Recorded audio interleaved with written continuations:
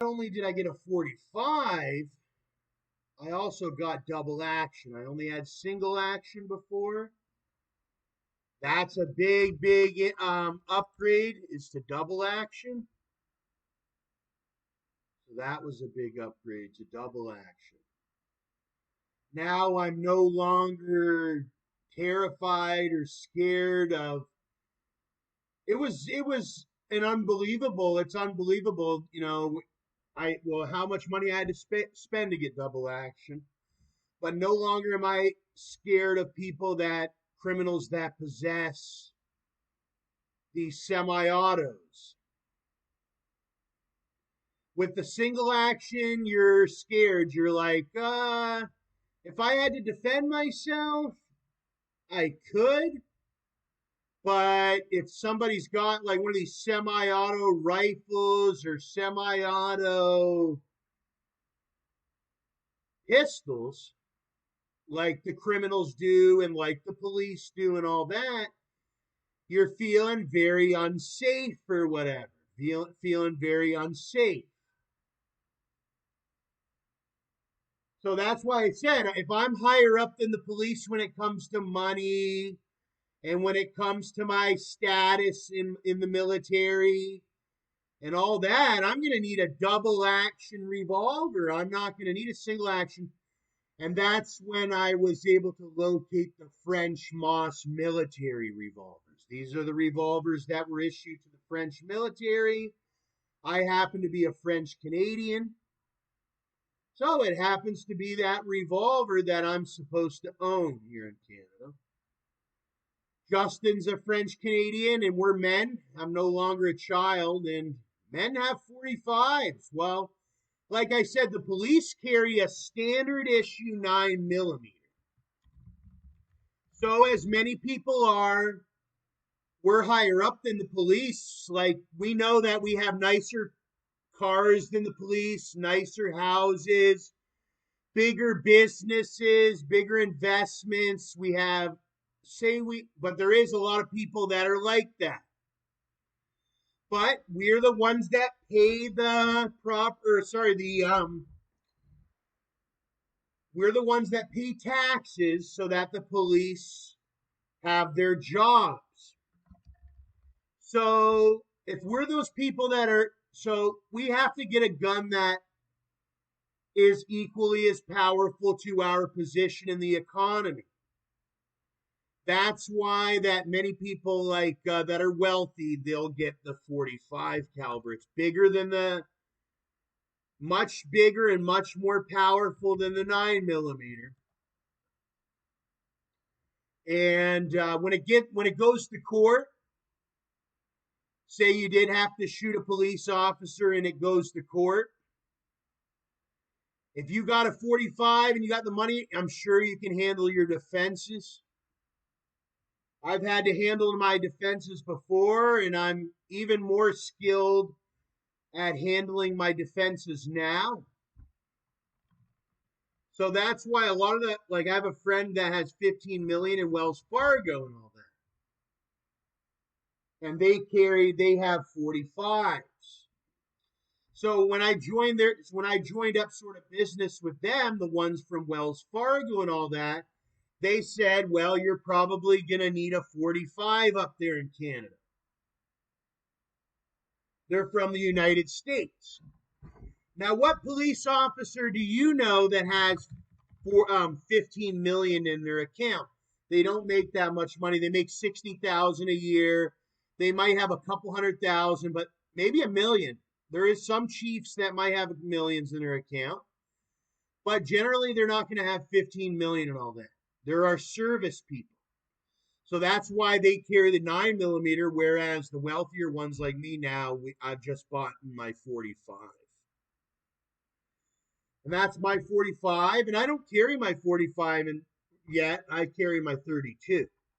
So my 45 just stays at home. It's so big or whatever, if you've seen how big my 45 is. But it's double action. That's a big thing. Criminals were running around. There were ones that even had their licenses that were even police. They went to school for 2 years. and got their police foundations. If you didn't know, it's only 2 years online courses. You can do it online or you can do it in person to become a police officer and carry one of those semi-automatic 9mm that can control and kill and everything like that. It's only 2 years in school. So there's lots of people that never went to school for foundations or whatever, police, but they have rights too, and they have money and all that. But can you believe it that the OPP and the police and all that, they push and they think that they're going to go beyond their duties and that they're going to eliminate wealthier ones. But no, people that aren't police can own firearms too, business owners and all that. That's why I chose to go with the 45, not the 9mm. It'll deter any police from violating the law, because now if I have to fire my gun, we'll go to court, and that'll be afterwards. Everybody knows courts afterwards, and it comes down to money. And police are doing a job, whereas wealthy people are just living. So that's why they carry a 9mm, where the wealthier ones are recommended to get the 45s. And the 45s will even keep up with the 223. So I remember the government, and as well as our families, we spent the tax dollars to get police 223 rifles back about 10 or 15 years ago.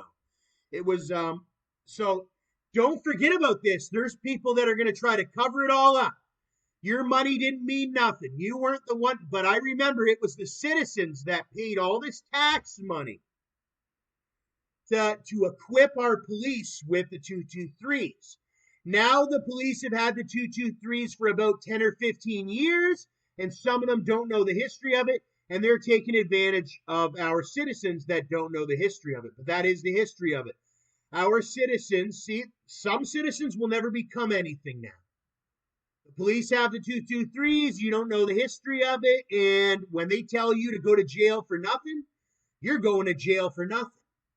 But the wealthier ones that say the police randomly show up, believe it or not, it happens. They'll randomly show up and say you did this or did that, and you didn't even do anything. But what are you going to do if they have the two? Exactly. What I do is, here's a 45, and what the cop does is, well, they go and they run away because they know that a 45's, and a lot of people own, a lot of people like me, they also have the 223s. They don't just have the 45s. And then when it goes to court, I win or whatever because it was self-defense. But what happens is people, they don't want it to get to the court time. So if you disrespect him or whatever, right to his face, and you don't have the capability of backing it up, well, you could end up hurt, dead, or beat up. You've heard about people getting beat, raped, all that by the police. So once I figured out, it came down to what gun I own. It was as simple as the gun ownership. Then I said, wow, I'm buying the biggest, most powerful guns that I can own legally. I wish I could own a PAL rated, but I don't. I own antique. And if you didn't know, the RCMP changed the law.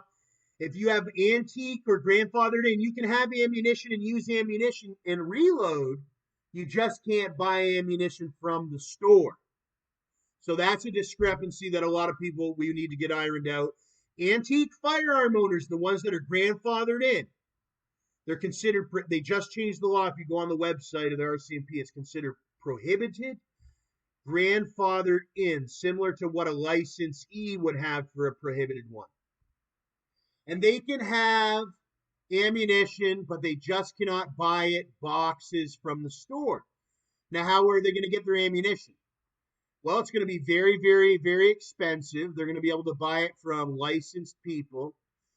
They're not going to be able to buy boxes generally unless they're multi-millionaires. If you're a multi-millionaire, you'll be able to afford boxes. But unless you're a multi-millionaire, you generally will not be able to afford boxes of ammunition because to get it grandfathered in, you're going to be paying $10 a round. Whereas somebody with a license is paying 25 cents a round. So people with a license, they can go to the range, they can shoot their guns, 25 cents, boom, boom, boom, boom, have so much fun. But a person that's buying their gun for self-defense under the antique grandfather system or whatever, those are very, very expensive rounds, $10 a round. I can't really go target shooting much. And they say you're not supposed to shoot those antique guns as much, whereas these other ones, you can go range shooting. Or if the criminals get their hands on these ones, which they do, then they can just shoot 25 cents a round. Boom, boom, boom. I know a black gang here in Canada that has their licenses or something like that. And they're in Edmonton, in Toronto, mostly in Edmonton. And they have all these semi-autos and stuff like that, and they're paying 25 cents a round. And there's like white people that have grew up in Canada their whole life that are getting killed by like these black people. That, how do these black people even have rights? Well, because they gave the black people rights and then they took over, and there was never a video to show how much they took over. Like, yeah, they have gun rights. They got all they live by a whole different, and guess what? Your children, your husband, your property, and all your future legal ambitions are at jeopardy because of these. So that's why the Canadian government, they've frozen the handguns, but they've also allowed the antiques for people to own antiques that don't have a license, so that we can start to counteract these gangs, these ones that are holding on to all the handguns. The ones that are holding on, they have more than just handguns. It's our innocent people like me that just has the one handgun or whatever. These guys got so many handguns or whatever, it's unbelievable. They'll come right in your house. I witnessed a rape. I don't know how many years ago. It was unbelievable when I seen the behavior. I thought this behavior was illegal and that maybe you've seen it on the TV and all that. But no, it's a behavior even our service people are proud of, that are scared of. And when I seen that, yeah, even our service people and all that are hanging out with this guy or proud of this guy, or it doesn't matter what, but he has some relationship with that guy, and they can get corrupted. And then that's scary for our society. And I always lived by the society. So we always heard grandmothers and women, they can carry the pepper spray. Some of them even have a revolver and all that. So we've been getting that figured out here in Canada. As it's been a gray area since 1979. They brought in the licenses, but then there was a detrimental gray area when it came to our society for ones that maybe got left out of getting a license.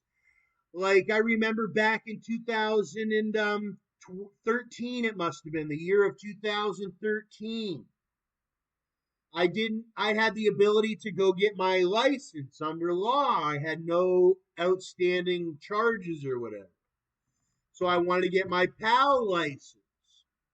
But because of unfair criminality, now I'm having a hard time to get my license or whatever. Because of the unfair criminality of the police, of the mafiosos, and of the gangs. But then our federal government, the RCMP and all that, they said, we recognize that some people have been unfairly. That's what happened to me. I got unfairly.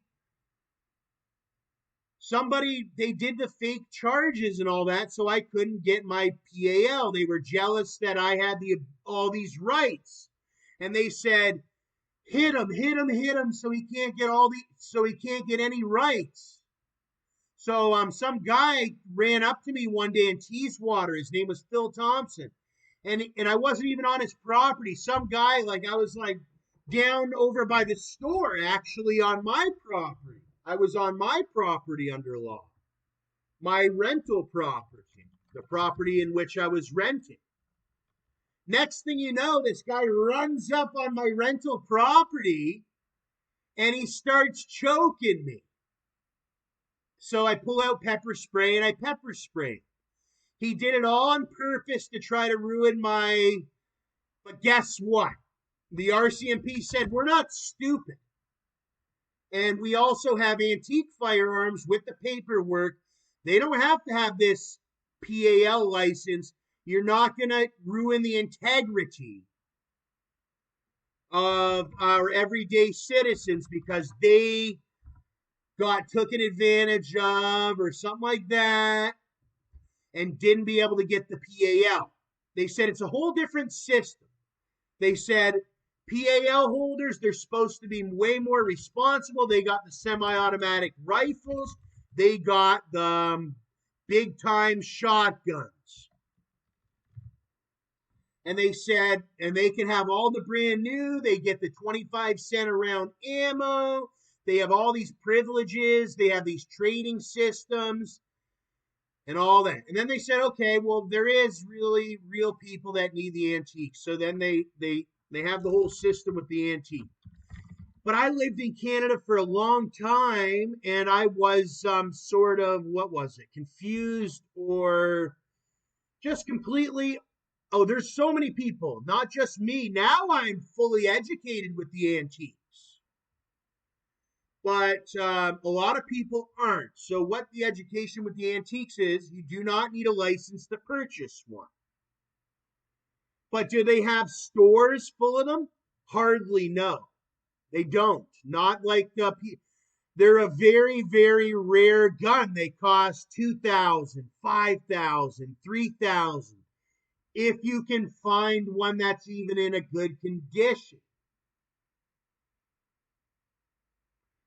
Who can find these guns in a good condition? Only reputable, legal, reputable people that have significant money. Like I was able to find a double action now for $2,000. $2,000, that's a lot of money. My rent only costs $600. It costs 4 times the amount that I had. 4 months rent is how much I had to spend to get my firearm. 4 months rent. Now I could have even went to Wendy's or McDonald's and I could have prepaid my rent for 4 months. But I had to get this double action 45 firearm. But that's how much you have to pay in Canada if you want a firearm without a license. And it's only going to be a revolver, double action. And if you can't afford that, it's going to be a single action. If you can't afford that, I don't know what it's going to be. Okay? It costs a lot of gold. For 1 ounce of gold, it costs like $1,200 or so. So for my revolver, I had to spend almost 2 ounces of gold. 2 ounces of gold. I wanted to buy a bracelet, a gold bracelet. But I said I need this firearm. So 2 ounces of gold, and if you know about gold and you know about the economy and all that, that's a significant amount of gold. But it's worth it up here in Canada because I used to live down in the United States and I said, I'll pay the premium price to live up. They said you can live down in the U.S., but your gun prices are cheaper, but you're not going to have your Canada benefits and all that. I said, oh, well, for me, I'd rather go back to Canada and pay the big, big money for my firearm to be able to have it, but to be able to live where I'm from in my open home native land and all that. Because it was so overpopulated down in the U.S. Like there was so many pros and cons. It was like, sure, you can live down in the U.S. and all that, and I had a lot of friends down there. But then you can have your semi-auto this and you can have Glocks and all that. but there's so much population. I said I'd rather go to Canada and rather have a double action because there's not much population. It feels like I really own it here in Canada. Like I was born here in Canada, and we feel like we own Canada. It was never infiltrated really by the Mexicans and the Africans. In the US, I noticed they got infiltrated by the Mexicans and the Africans and the Haitians and all that. When I said that down there, it wasn't a good look or whatever. So I said, I got to go back to Canada. My dad stayed, but it's to me, it was unsafe. We lived in Linden, Tennessee. I always thought it was funny. We lived in Linden, Tennessee, and they used to say, oh, that's all the way in Memphis. And then you look at the map and you say, Memphis is only about 50 miles. And then because where I came from, we didn't have a Memphis. It was Canada. And then all the way down there across the border, was Memphis. And how we see Memphis was, why don't they send them all back to Africa? They're not supposed to be in the United States doing all this Memphis gang war. And that was always my position. And I thought that was the government's position with the FBI but it isn't. The government's position is that's the GD gang down in Memphis. They have rights just like Video Corner in Linden and once I started to see that, I was like, oh, I'm changing my whole position. Like, no, they see the neighborhood gangs, they equip them. It's the government in the United States that's equipping the gangs with the guns. Barack Obama, and all that. He was the one equipping the gangs with the guns. So no, when I moved in, we brought a lot of money down to the United States, but that's not the government's position. The government loves these guys. They got stacks of money. The white people are with them. It's a big mafioso. They love their music. They equip them with guns. They give them their whole own cities. They're considered military officers. When the white people down in the United States need them in the street, they hire them. They are the United States' hitmen. And when I seen there were so many hitmen down in the U.S. and all that, I said, it's not my cup of tea. It's not my place. And that's what they said. They were nice enough, believe it or not. Even the ones from Memphis were nice enough. They said, you know what? We're kind-hearted so much right now that we'll let you hop on a plane, get out of U.S., go back to Canada, because they have the embassies. So when they contacted the embassy, they said, okay, we feel him. We say he's not from Memphis. And he's not even from Linden. And he's not from Memphis. He's not from the U.S. He ain't from any part of the U.S., is what they said. And they said, Tom, you got to go back to Canada. And I've been so happy ever since, because I thought Canadians and Americans were very similar, and we are when it comes to our likeness of the dollar. But the U.S. is much more ruthless when it comes to their dollar, where the Canadians are much more considerate. Canadians give up their dollar. That's why our dollar is worth less than theirs. We tend to give up our dollar more often, meaning like when they tell us to do something, we do it. We do it. We do it. When they say, hey, Canada, give up this, we give it up more often. And when they tell the Americans to give it up, they go to war. They don't give it up. But that's why their dollar is worth more. But at the same time, that's why they're dealing with the real bloodshed. So we're in a certain position where we're protected by them. We work as their, but then we don't have as much war as them and all that. It's hard to explain the position. We're in a good position. Canada's in a really great position. We're military.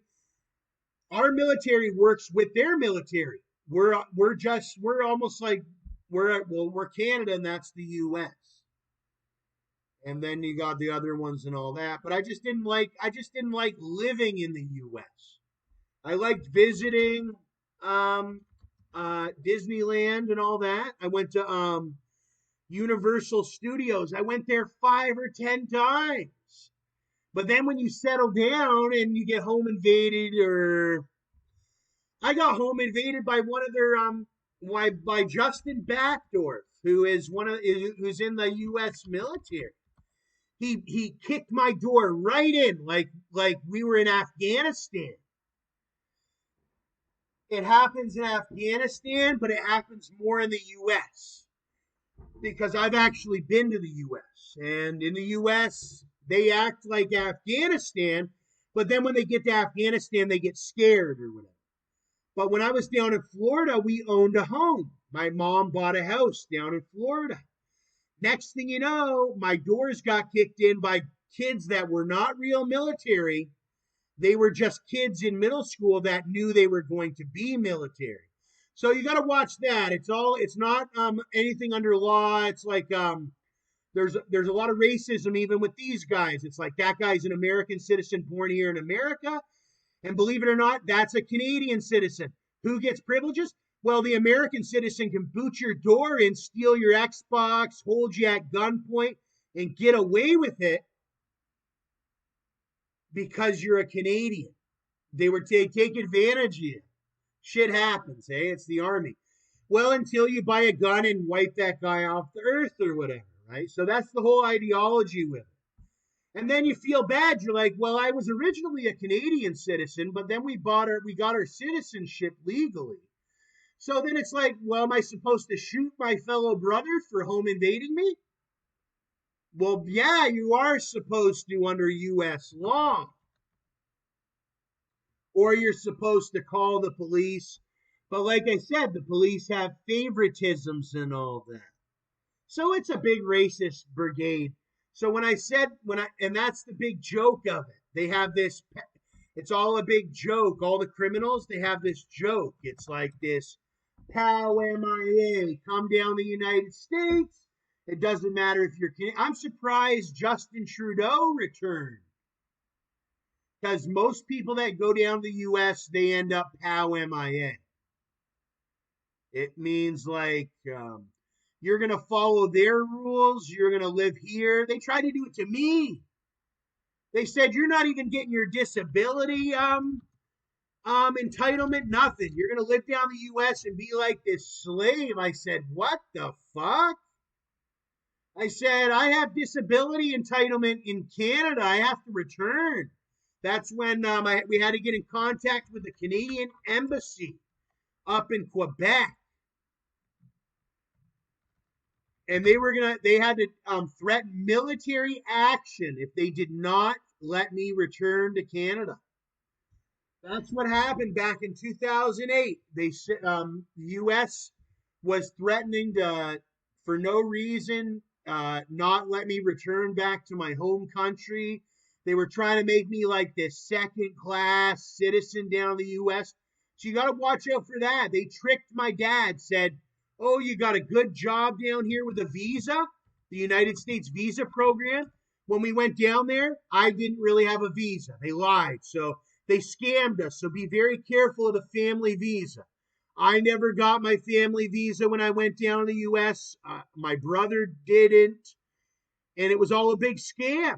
And then I had to use my Canadian passport and all that to return back to Canada, where I had all my legal rights. They tried to treat me like I was one of these Mexicans. Yeah, Canadian. They don't realize how rich the Canadians are. They think we're nothing but some Haitians, because that's how they treated me, like I was like this Jamaican guy. They treated me like I was a Mexican. But no, I was a Canadian that got scammed by their federal government to go down when I was a child. I wasn't even over 18. I was under 18. I was like maybe 8 or 9 years old. Our family got scammed back when it was George W. Bush. And then they did this big recession, and they foreclosed on everyone. And then they brought in Obama and gave all the black people guns, and they enslaved everybody in the US. And there were all these gang warfares from Memphis to Chicago to New York City. All these rappers and all this gang and all these buildings that were falling down and all these riots and all these. And then there was that Obama, and it's these guys right here that are doing it. The Obama. And then it's all these gay ass Americans that are sucking Obama's penis. Like, and they think that face is something to, and they go to war for him and they die in Afghanistan. And they think they're going to infiltrate Canada, and they won't, because they'll die worse than Afghanistan. Where are they going to infiltrate next? Well, they'll probably have to end up going back to Afghanistan to eat on the same goddamn, because I know they will never, ever be able to ruin the integrity of Canada. We have the Canadian Armed Forces. When I was down in the U.S., it was one of their biggest threats was to go to war with Canada. That's my testimony. I'll right hand on the Bible. I know real U.S. Marines and real U.S. military, and that was their big goal after Iraq. I was down there during Desert Storm. And one of their biggest things they said was they want to go to war with Canada again. We had the War of 1812. And they're extremely mad about the outcome if you go do your history of that War of 1812. So it's a real national security threat for Canadians and Americans alike. Canadians are Americans, and Americans are Americans too. We all live in the continent of North America. Canadians are Americans just like the United States Americans are. We just have the country of Canada, and then there's the country of the United States. But there's a lot of discrepancy in between. You had that Civil War, and a lot of the ones that I heard say it were ones that were in favor big time of this Civil War down in the South.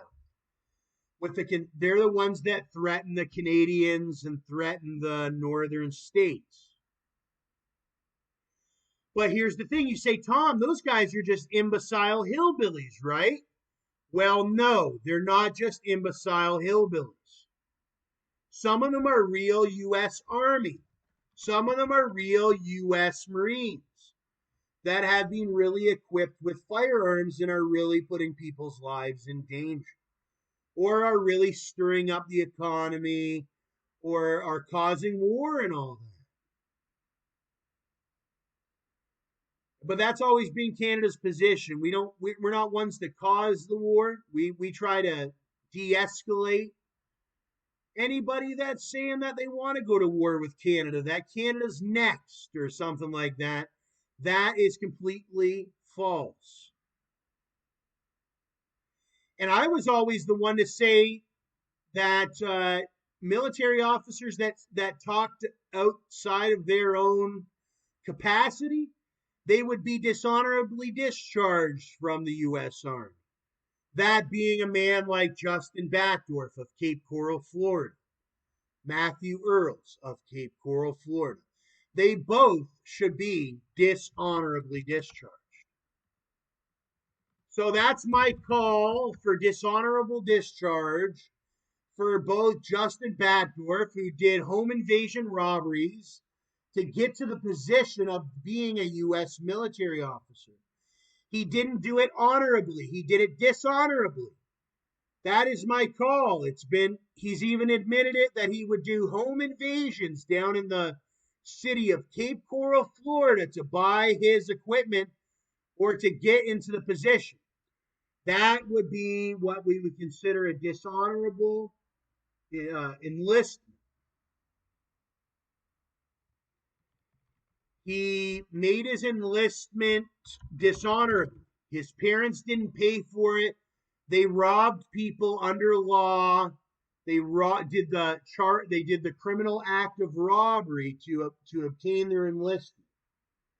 So that would be qualifications to get him dishonorably discharged.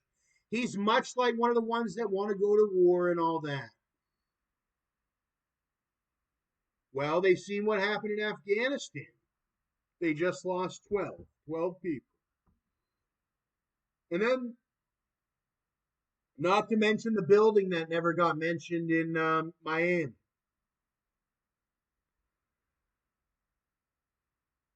But it happens even in the United States on the homeland. You know what it comes down to? Minding your own business. Don't break into your neighbor's house because they're a Canadian and you're an American. You don't have rights to break into their house and all that type of shit is what goes on. Like, just because you were born in Florida and somebody else was born in New York and they saved up their money to move to Florida doesn't mean you have any other rights, native rights. Or that's like some weirdo native, like Indian kind of stuff. The whole thing that if you're talking July 4th and you're talking the whole Christopher Columbus, they don't do that anymore. It's supposed to be if that person's a legal owner and all that, that person's a legal owner and all that. So that could be a thing to stop that. All your gang territories. Even the white people. Even the white people and the mafias down in the United States have their little gang territories. And the bikers. Look. And the Obamas. They have all their territories. Oh, you could get shot over there. Oh, you could get Canadians can't even fathom this. I mean, if you talk to the Toronto people and all that, they want to be so bad or whatever, they try to emulate it. They want to be like LA so bad, Toronto does, that they have some people, yeah, that say like, oh, Jane and Finch is this certain gang, and blah. But in real life, that's not real. But it's stupid shit that makes it like that. But my videos try to eliminate that, make it like this joke. Like, there's no such thing as a powerful gang. And if there is, they are taken to jail or they're eliminated. There will be no such thing.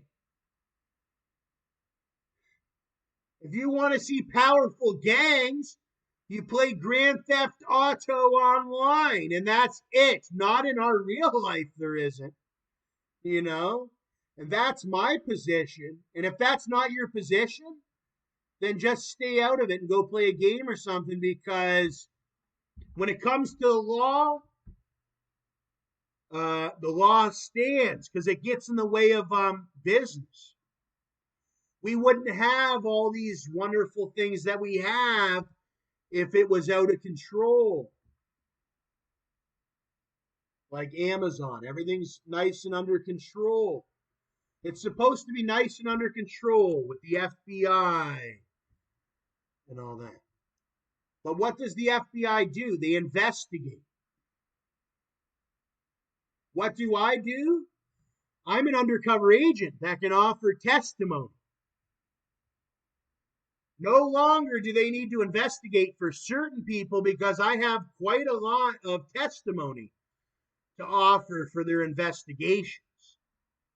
But it's the FBI's job to stay out of Donald Trump's house and actually do their job with the terrorism, all the real stuff. Right? And with my testimony, we can do that. They got this guy, I'm not going to mention his name. They got quite a few guys. And there's only a few left. When you say, what about your buddy Matthew Earls? What did he do? You mentioned that Justin did home invasions. And you can testify on that. I witnessed Matthew Earls raping and mutilating little girls when I went to his house. So that's testimony. I would have to legally, under law, testify that I witnessed him and that they were babysitting and that I witnessed him murder who he was supposed to be babysitting. And then that's when I was just a kid. But yeah, he's became a U.S. Marine, and they killed their baby. They killed babies. I witnessed them kill two kids down in Cape Coral, Florida, and they ran me all the way up to Canada because he happened to be part of this big mafia family. The Italian mafia, a lot of them became FBI. Not all of them, because I'm not like that. I may be Italian, but he is in no way is he a mafia. I always wished I was mafia because mafias they have these large families or whatever. But your families can't always protect you, and nor can your fake military repertoire. If you violate the law, justice, there will come justice. And that's why I always never violated the law. I mean, I've had to go to jail and but I've never violated the law to the extent because I know that there's always to be justice. And justice, if you violate the law, the justice is not something that you necessarily want to endure. Justice is it's a good thing that people get when somebody's done something wrong to them or their family, but it's also something that somebody that when they receive the power of justice against them, when it's ruled against them, you do not want to feel the power of the justice. It's got two sides to it.